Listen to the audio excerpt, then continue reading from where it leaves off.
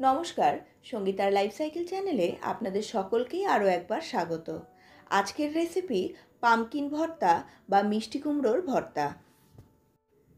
ভীষণ সহজ একটি রেসিপি এবং দুই বাংলাতেই সমানভাবে সমাদৃত। আজকের এই রেসিপিটি ভীষণ সহজ আর গরম ভাতের সঙ্গে কিংবা রুটি বা পরোটার সঙ্গে অসাধারণ লাগে খেতে। আশা করছি রেসিপিটি আপনাদের পছন্দ হবে। রেসিপিটি পছন্দ হলে লাইক, শেয়ার ও কমেন্টের সঙ্গে সঙ্গে আপনারা যদি আমার চ্যানেলে নতুন হন তাহলে চ্যানেলটিকে সাবস্ক্রাইব করে আমার পাশে থাকুন। তো চলুন ঝটপট আজকের রেসিপিটি শুরু করে ফেলি। এখানে নিয়েছি হাফ কেজি মতো মিষ্টি কুমড়ো। এর খোসাটাকে ছাড়িয়ে ডুমো ডুমো করে কেটে নিয়েছি। টমেটো কুচি নিয়েছি, আদা কুচি নিয়েছি, রসুন কুচি নিয়েছি আর কিছুটা পেঁয়াজকে ছোট ছোট ডুমো ডুমো করে কেটে নিয়েছি। একদম ঝুরি কিন্তু করিনি। প্রথমেই এখানে মিষ্টি কুমড়োটাকে সেদ্ধ করে নিয়েছি।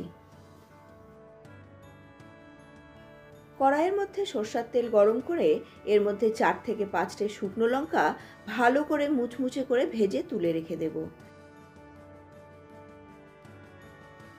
একটু ঠান্ডা হয়ে গেলে এই শুকনো লঙ্কাগুলো একদম মুচমুচে হয়ে যাবে। এবারে সেদ্ধ করে রাখা মিষ্টি কুমড়োটাকে এই শুকনো লঙ্কাগুলো দিয়ে খুব ভালো করে মেখে নিতে হবে।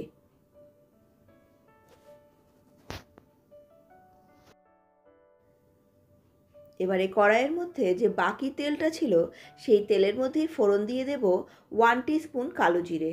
এর মধ্যে কুচি করে রাখা আদাটাকে দিয়ে প্রথমে ভালো করে ভেজে নেব যতক্ষণ না পর্যন্ত কাঁচা আদার গন্ধটা চলে যাচ্ছে।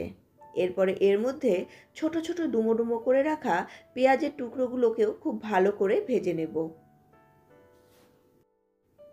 এবারে এর মধ্যে ফোড়ন দিয়ে দেব কয়েকটা কারি পাতা। কারি পাতাটা অবশ্যই দেবেন।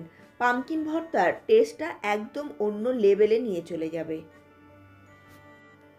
ভালো করে ভেজে নিয়ে এবার এর মধ্যে কুচি করে রাখা সমস্ত রসুনের টুকরোগুলো দিয়ে দেব এবং সবগুলোকে খুব ভালো করে ভেজে নিতে হবে যতক্ষণ না পর্যন্ত এগুলো ভাজার একটা খুব সুন্দর গন্ধ বেরিয়ে আসছে। পেঁয়াজটা যখন ট্রান্সপারেন্ট হয়ে যাবে তখন এর মধ্যে টুকরো করে রাখা টমেটোগুলোকেও দিয়ে দেব। এবার সমস্ত উপকরণগুলোকেই ভাজবো, তবে এই সময় গ্যাসের ফ্লেমটাকে একদম হাইতে করে দেবেন।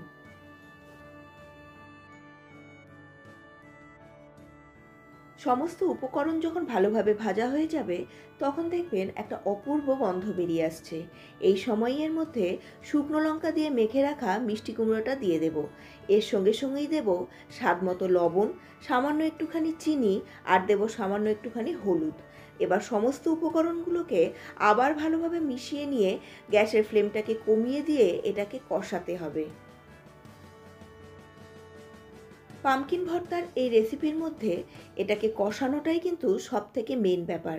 অল্পক্ষণ ধরে কষালে হবে না, গ্যাসের ফ্লেমটাকে কমিয়ে এটাকে বেশ খানিকক্ষণ সময় ধরে কষাতে হবে যতক্ষণ না পর্যন্ত এটা একটা মণ্ডে পরিণত হচ্ছে।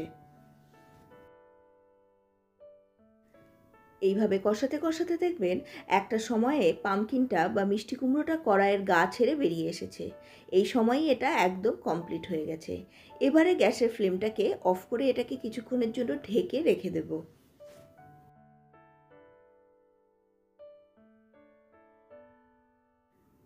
বন্ধুরা, আমার পামকিন ভর্তা বানানো কমপ্লিট।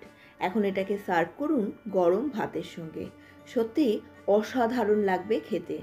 গরম ভাতের সঙ্গে এই রকম যদি মিষ্টি কুমড়োর ভর্তা থাকে তাহলে মাছ, মাংস, ডিম সবটাই আপনারা ভুলে যাবেন। আশা করছি আজকের এই রেসিপি আপনাদের পছন্দ হয়েছে। আজকের রেসিপি পছন্দ হলে অবশ্যই একটি লাইক করে দিন। ভালো লাগলে কমেন্ট বক্সে এসে জানাতে কিন্তু ভুলবেন না। আপনারা যদি আমার চ্যানেলে নতুন হন তাহলে চ্যানেলটিকে সাবস্ক্রাইব করে পাশের বেল বাটনের অলে ক্লিক করে দিন, যাতে আমার প্রত্যেকটি নতুন রেসিপির নোটিফিকেশন আপনাদের কাছে পৌঁছে যায় সবার আগে। আপনাদের সঙ্গে দেখা হচ্ছে পরবর্তী আরও একটি নতুন ধরনের রেসিপি নিয়ে। ততক্ষণের জন্য সুস্থ থাকুন, ভালো থাকুন এবং অবশ্যই রেসিপিগুলোকে একবার হলেও বাড়িতে ট্রাই করে দেখুন।